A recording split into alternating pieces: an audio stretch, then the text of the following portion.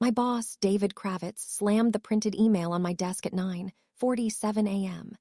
Alex, care to explain why Meridian Tech CTO is accusing you of poaching? The paper trembled under his finger. I read the message. We received a solicitation from Alex Chen offering us 30% below your current rates. This is unprofessional. The sender was Alex Chen at Silverline Marketing.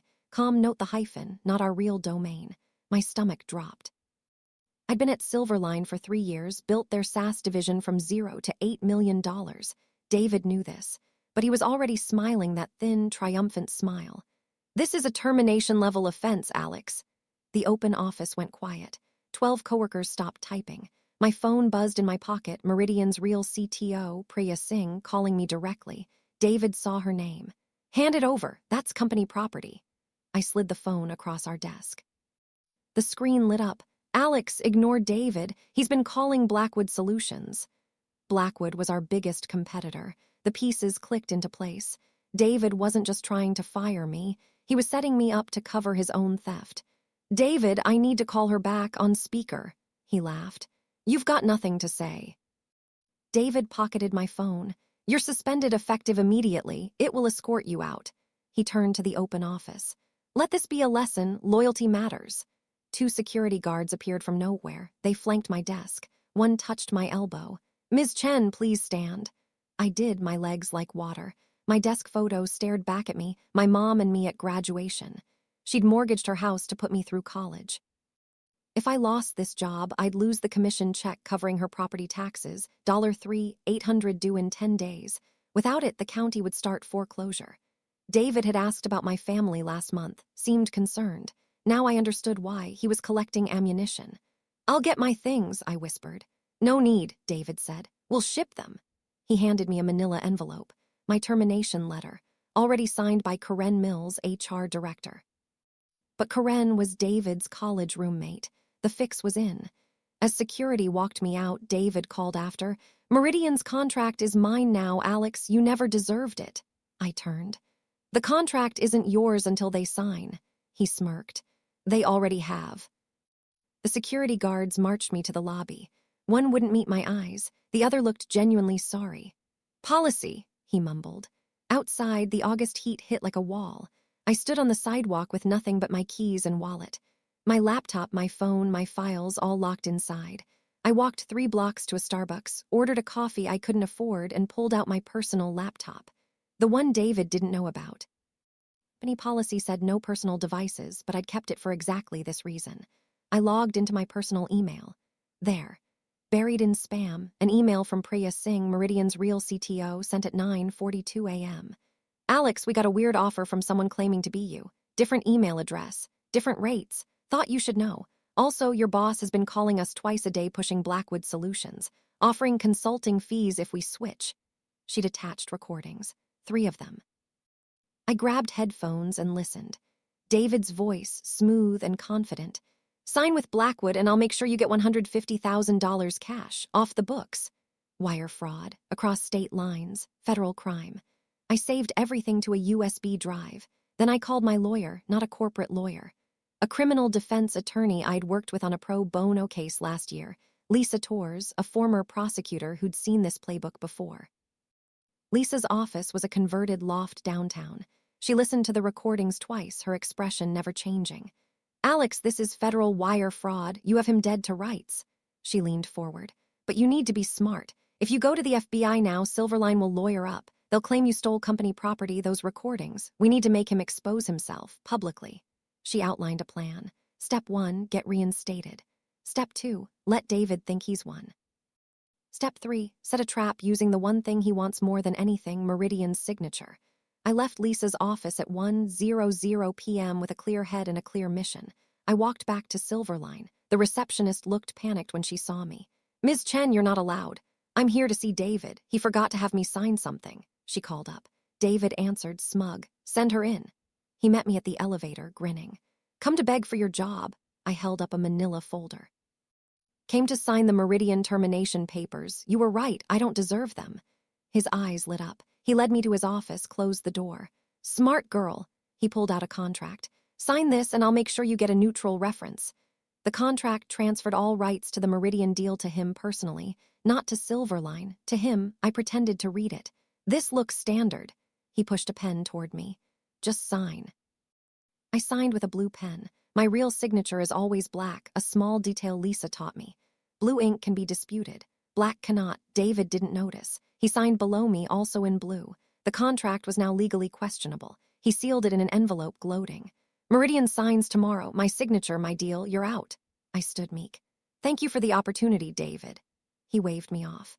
As I left, I dropped a tiny voice recorder, shaped like a pen, into his jacket pocket. Lisa had given it to me. Legal in our state if one party consents. I consented. At 2:00 p.m., I walked out of Silverline for the second time. This time I was smiling. At 2:47 p.m., Lisa called me. The recorder is live. I can hear him. He's on the phone with Blackwood's CEO right now. She patched me in. David's voice crystal clear. The contract's signed. Alex Chen is out. Meridian is yours. The kickback comes to my personal account, right? Blackwood's CEO, $150,000 wire transfer. Offshore. Done. Lisa muted the call. That's enough. We're going to the FBI now. But I had a better idea. Lisa, what if we let him wire it first? Then he's committed the felony. She was quiet. Risky, but legally sound. Let's do it. At 3:00 p.m., I called Priya Singh. Ms. Singh, it's Alex Chen. I have a favor to ask. I explained the situation. She listened, then laughed. My brother is an FBI agent in the white-collar division. I'll conference him in. Within 10 minutes, Special Agent Marcus Chen was on the line. I explained everything. We need the wire transfer to clear, he said. That's the smoking gun. Can you stall until tomorrow? I texted David. Forgot to notarize the contract. Can we meet at 9 a.m. to finalize? He replied instantly. Fine, don't be late. He was greedy. Greedy men are predictable. At 4:00 p.m., the FBI set up a sting. They'd tap the wire. They'd record the handshake. They'd have everything. At 5:00 p.m. I went home to the apartment I shared with my daughter Emma, age 7, and my son Tyler, age 5. My mother lived with us since her stroke last year. Her disability check helped with rent, but Silverline was our lifeline. Mom was awake, watching TV. Alex, is that you? She remembered. Good days were rare. Yes, Mom, it's me. She patted the couch. Tell me about your day. I did. I told her about David, about the fake email, about the trap. She listened, then said, You're your father's daughter. He never let the bastards win either. She hadn't mentioned Dad in years, not since the stroke. I cried. She held my hand. At 8:00 p.m., Lisa texted. Wire transfer initiated. $150,000 from Blackwood to David's offshore account. FBI has the trail. I arrived at Silverline at 8:55 a.m. David was already in his office, the contract on his desk, a notary waiting.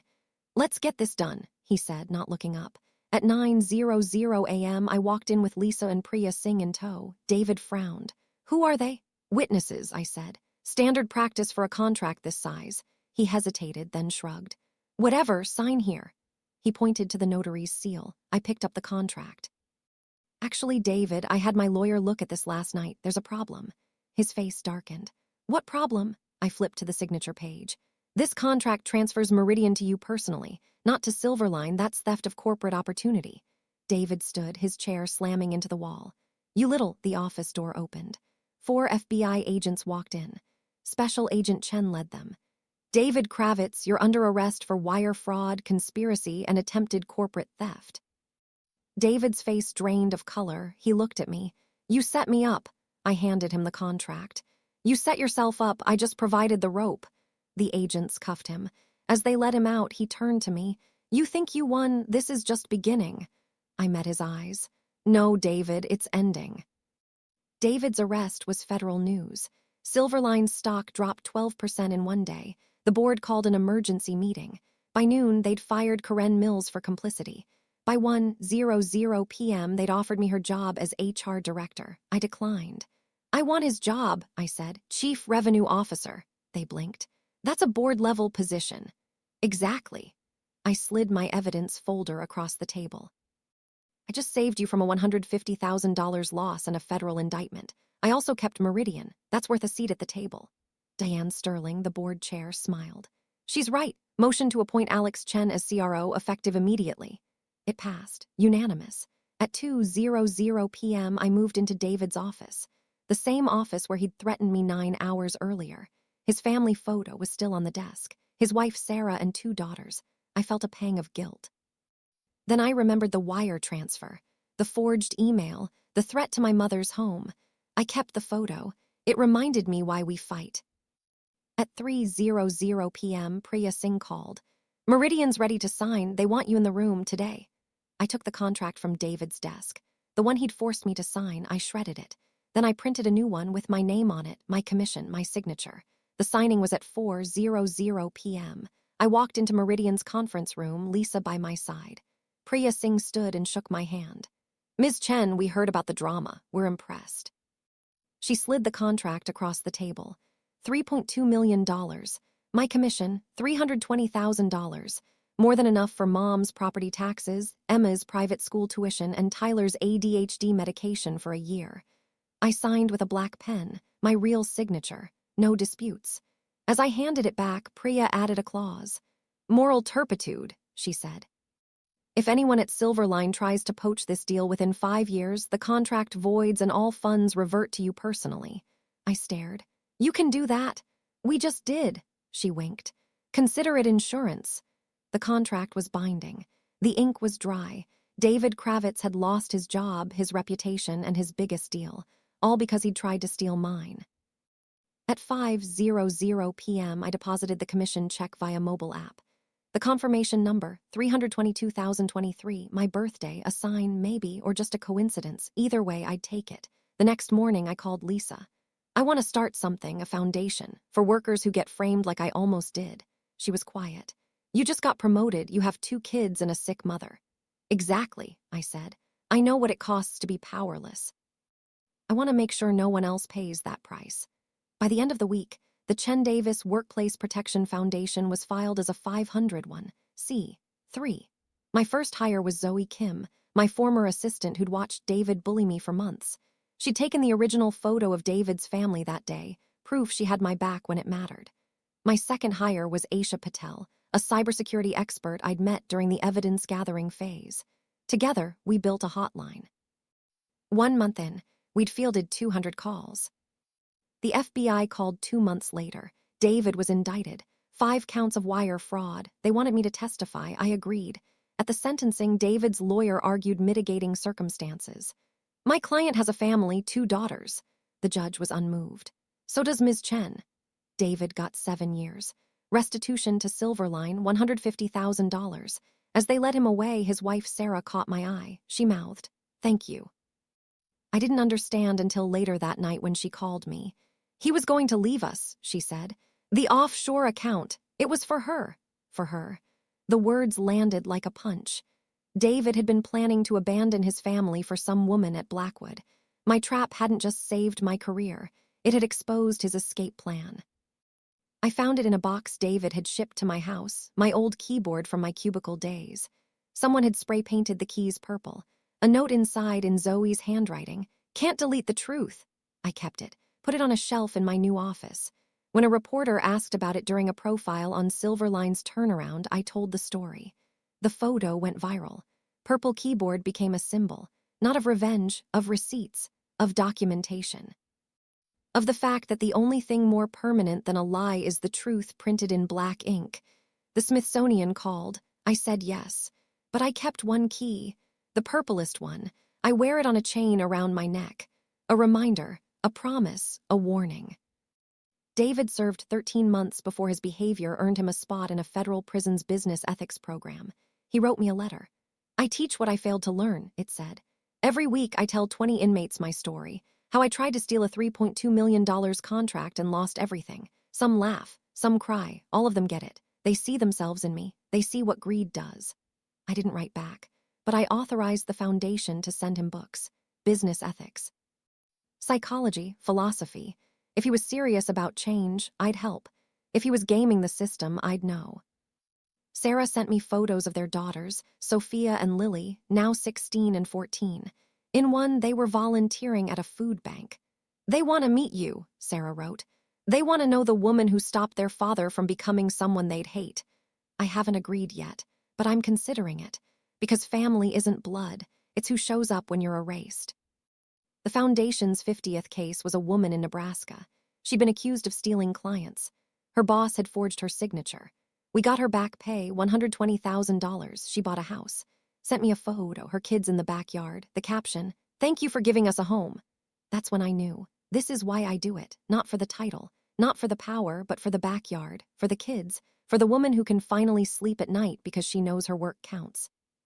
For the man who can finally look his daughter in the eye because he's not a thief anymore. For the purple keyboards that become purple power that becomes permanent change. The Foundation's hotline now receives 500 calls a day. We have a staff of 45. Zoe runs operations. Aisha runs cybersecurity. We partner with the FBI's white-collar division. We win 95% of our cases, not because we're special, but because we have a system, evidence collection. Secure documentation, legal triage, public pressure. We made it impossible to hide. Emma is 9 now. Tyler is 7. They know the story. They know what the purple keychain means. Emma made me a replica keyboard for Mother's Day, painted it herself. "So you never forget," she said, "that you're undeletable." Tyler's ADHD is managed. Mom's property taxes are paid. She still has good days and bad days, but she knows her house is safe. That's the real victory, not the board seat, not the CRO title. But the fact that when my daughter asks, "Mom, what did you do today?" I can say, "I helped someone keep their job." And she knows I'm telling the truth. David's daughters called me last month. Sophia is applying to law school. She wants to work for the Foundation. "I want to be like you," she said. "Not like him." I told her, "Be better than both of us. Build something that doesn't need a foundation to protect it." David gets out in 3 years. He'll have a job waiting at the Foundation. Minimum wage. Teaching men who think like he used to think that there's another way. He'll earn it or he won't. Either way, the system will be there. The system I built. The system that doesn't care about your title or your connections. It only cares about evidence. About truth. About the fact that accusations are temporary, but documentation is permanent. Some mornings I look at that framed contract on my wall, the one David forced me to sign, now stamped evidence. Below it, I've added a plaque of my own. Accusations are temporary, evidence is permanent. I don't look at it to remember David. I look at it to remember the woman who sat in that chair and said no. She was scared. She was tired. She was broke. But she was right. And right is a force that can't be accused away. The Foundation will close when we're obsolete. That's the goal. To build a world where no one needs a purple keyboard. Until then, we'll keep painting them. We'll keep teaching people to type their own truth. And we'll never, ever let the bastards delete us. The story went viral not because I posted it, but because an employee did. Someone on the creative team had taken a photo of me in my office, the purple keyboard visible on the shelf behind me. The caption, "Our CEO keeps the keyboard her old boss tried to frame her with. She says it's evidence of truth." It got 3 million likes. At the exhibit opening, a little boy asked his mom, "Why is it purple?" She read the plaque. "Because someone tried to delete her and she wouldn't let them." Boy looked at me. "I want to be undeletable too." I knelt down. "You already are, never let anyone tell you otherwise." That's the real win, not destroying David, but making his tactics worthless.